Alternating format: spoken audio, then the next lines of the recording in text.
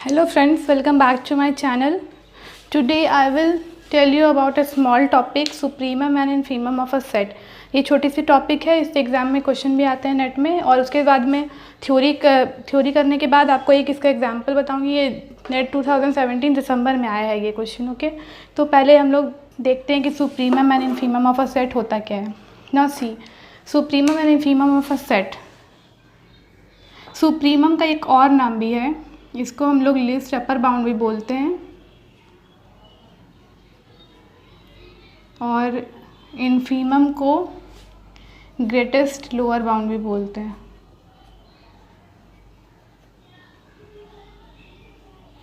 और इसको GLB और इसको LUB भी बोला जाता है, list upper bound. Okay, now see set bounded above.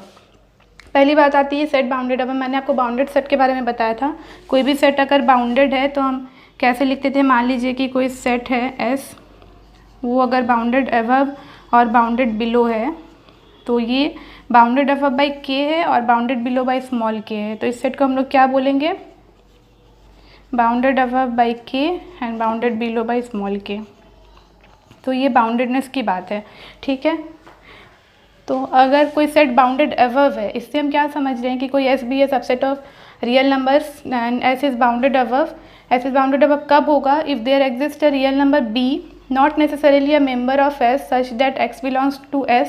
Imply करे कि X less than equal to B for all X belongs to S। ये देखिए, कोई भी सेट S बाउंडेड अबव है, अगर कोई B ऐसा हमें मिल रहा है जिससे कि उस सेट में X अगर बिलोंग कर रहा है, कोई भी मेंबर X उस सेट का, वो उस B से हमेशा छोटा या इक्वल टू है, तो हम लोग उस सेट को बाउंडेड अबव बोलेंगे और उस सेट का B अपर बाउंड कहलाएगा। B is upper bound of S, ठीक है। और एक चीज़ क्या बोल रहा है ये कि ये जो इस चीज़ पे ध्यान दीजिए कि अगर वो रियल नंबर B उसका अपर बाउंड है तो ज़रूरी नहीं है कि वो अपर बाउंड उस सेट में बिलोंग करे ही। Is not necessarily a member of S। इससे क्या मतलब कि अगर सपोज़ करिए कोई सेट है, अगर ओपन इंटरवल्स होता है तो क्या होता है कि 0 और 1 इस सेट के मेंबर नहीं होते हैं। इस सेट के मेंबर नहीं है मतलब कि 1 इस सेट में बिलोंग नहीं कर रहा है। तो ये वैसे ही अगर B अपर बाउंड है तो ये ज़रूरी नहीं है कि इस सेट में बिलोंग करे, ठीक है। उसी तरह से हम लोग सुप्रीमम के बाद इन्फीमम, सुप्रीमम नहीं, सेट बाउंडेड अबव देख लिया।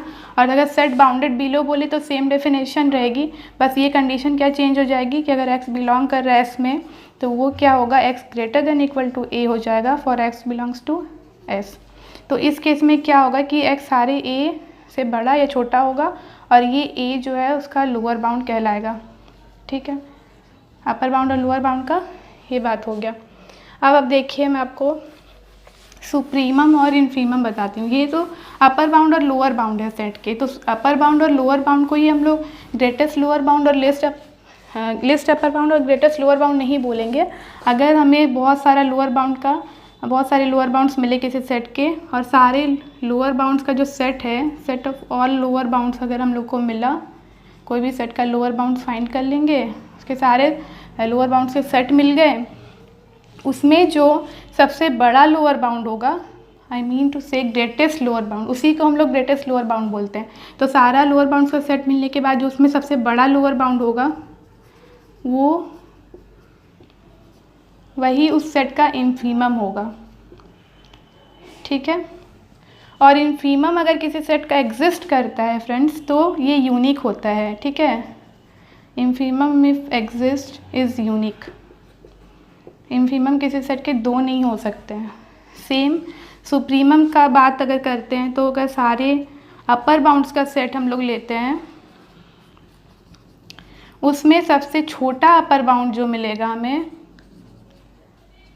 लिस्ट अपर बाउंड, वही उसका सुप्रीमम होगा। और अगर सुप्रीमम भी किसी सेट का एग्जिस्ट करता है तो सुप्रीमम भी यूनिक होता है किसी सेट का, इफ़ एग्जिस्ट इज़ यूनिक।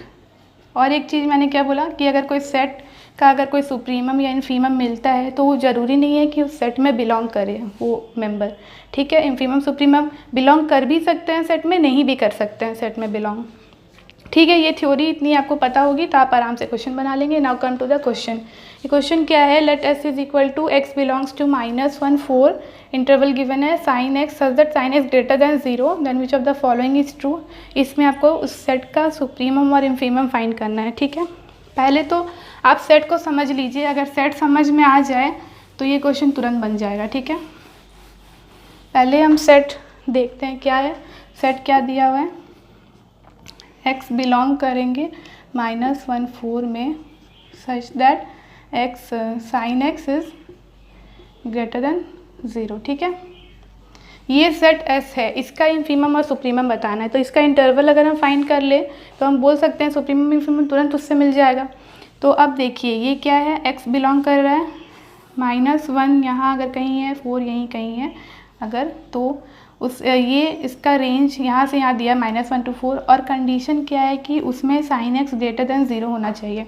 मतलब इक्वल टू 0 भी हम नहीं ले सकते, इक्वल टू 0 का भी अगर ये कोई 0 से अगर बनता है सेट तो 0 उसमें इंक्लूड नहीं होगा ओपन इंटरवल। ठीक है, तो ये कंडीशन सेटिस्फाई होगी। अब एक चीज़ और देखिए, अगर हम इसका ग्राफिकल पार्ट देखें कैसे साइन एक्स हम बनाते हैं, साइन एक्स का ग्राफ इस तरह से होता है, इधर भी मान लीजिए आ रहा है, लेकिन हमें मतलब कि इससे क्यों नहीं है, क्योंकि ये नेगेटिव है, इसमें साइन एक्स की वैल्यू लेस देन 0 हो रही है। तो यहाँ अगर 0 है और ये क्या है, पाई है, ये 2 पाई है। ठीक है, इस तरह से ये ग्राफ साइन एक्स का ग्राफ है।